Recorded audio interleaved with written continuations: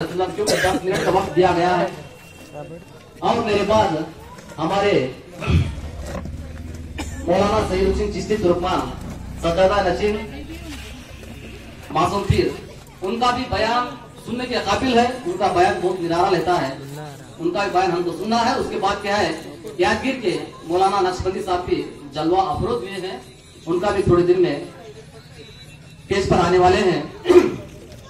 आका दो आलम नूर मुजम सल्लल्लाहु तआला अलैहि वसल्लम साहबा इकराम को जमा करते हैं, इकट्ठा करते हैं और अर्ज करते हैं, मेरे साथियों कयामत के तीन शख्स अर्ज के साए होंगे, साए के सिवा कोई साया ना होगा, साए के सिवा कोई साया नहीं होगा।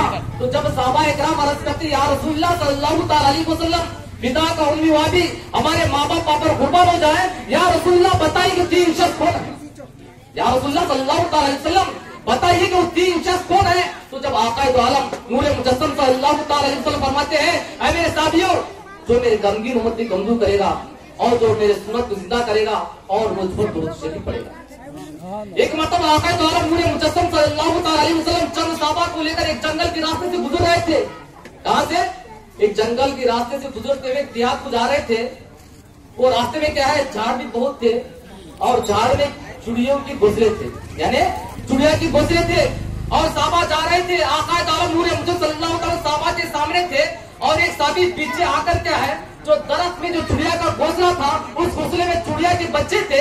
एक साहबी आकर उस चुड़िया के घोंसले में जो बच्चे थे, वो बच्चे बहुत प्यारे थे, बहुत अजीज थे, वो बच्चे लेकर अपने जेब में डाल दिए। वो बच्चे लेकर अपने जेब में डालकर साहबा के दरमियान में चले गए और थोड़ी देर के बाद मेरे इस्लामी भाइयों, चुड़िया आती है, वो दरख्त के पास आती है, अपने घोंसले में देखती है, जब अपने बच्चे नजर नहीं आते तो हैरान और परेशान हो जाती है, मुतासिर होती है, रोती है, चिल्लाती है, चीखती है और रोते हुए मेरे इस्लामी भाइयों साहबा के दरमियान पहुंचती है। पहुंचने के बाद आका को तलाश करती है, यानी उसको भी इल्म था, उसको भी मालूम था मेरा मंजा और बाबा कौन है, मेरी फरियाद दर्द सुनने वाला कौन है, मेरे दिल पर मरहम रखने वाला कौन है और मेरे उजड़े हुए बोझ को बसाने वाला कौन है, मेरे आंखों में आंसू आने वाले आंसू को पोंछने वाला कौन है। मेरे इस्लामी भाइयों चुड़िया को मालूम था हमारे नबी कौन है, नबी को तलाश कर रही थी।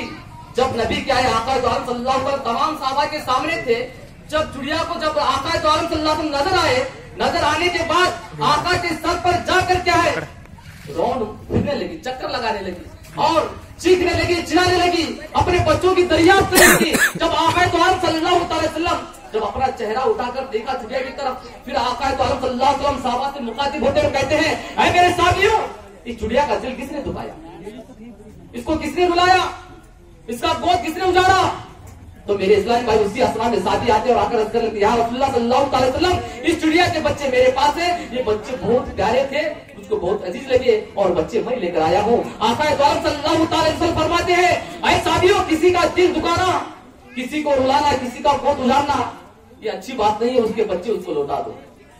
साथी फरमाते हैं, मैं उस दरख्त के पास गया, जाकर उसके घोंसले में चिड़िया के बच्चे छोड़कर आ गया। वही रब है जिसने तुझको हमतन करम बनाया, हमें भीख मांगने को तेरा आस्था बताया, तुझे हमद खुदाया, तुझे हमद खुदाया। मेरे इस्लामी भाइयों, मैं थोड़ा बयान को तब्दील करना चाहता हूँ सिर्फ 5 मिनट के लिए, क्योंकि मौलाना का बयान सुनना है। मौलाना रूम अपनी किताब मशहूर शेख में लिखते हैं, एक सूफी साहब जंगल से गुजर रहे थे, एक सूफी साहब जंगल से गुजर रहे थे।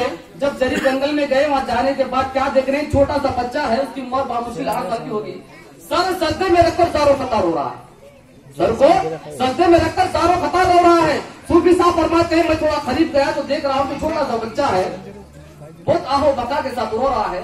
सूफी साहब फरमाते हैं, मैं थोड़ा करीब गया, जाकर चिल्लाकर पुकार कर उसको उठाया, मगर नहीं उठा, क्योंकि वो पागल हो चुका था। परसों मौलाना रूम में समझा रहे थे, जो इंसान कहीं में गुम हो जाता है, पागल हो जाता है, तो किसकी सुनता नहीं, किसकी भी नहीं सुनता। मगर मेरे इस्लामी भाइयों, वो छोटा बच्चा सजदे में सर रखकर जारो पता रो रहा है। वो सूफी साहब फरमाते हैं, मैं उसके करीब गया, जाकर उसके कंधे को 2 बार हिलाया, मगर वो नहीं उठ पाया। उसके बाद जोर से हिलाया, वो चीखकर उठ गया, उठकर कहने लगा, ऐ सूफी साहब, तुमने बहुत गजब किया, तुमने मुझको क्यों उठाया, मेरे जिक्र पे क्यों खड़ा लगा। तो मेरे इस्लामी भाइयों, सूफी साहब फरमाते हैं, मैं तेरे जिक्र अस्कार में खलल नहीं डाला। मैं तुझको पूछना चाहता हूँ, तू क्यों रो रहा है? तुझको किसने दर्द दिया? तुझको किसने तकलीफ दिया? तो आपको मुझको भी इल्म हो जाए। मैं भी पूछना चाहता हूँ, तो मैं भी हासिल करना चाहता हूँ, तू क्यों रो रहा है? तो मेरे इस्लामी भाइयों, बच्चा कहता है सूफी साहब सुनो, मैं घर बैठे देख रहा था, मेरी अम्मी जान ने बड़े बड़े लकड़ियां लाकर चूल्हे में रखी और लगकर उसको आग लगाने लगी, रखकर उसको आग लगाने लगी, पूरी माचिस खत्म हो गई, उसको आग ना लगी।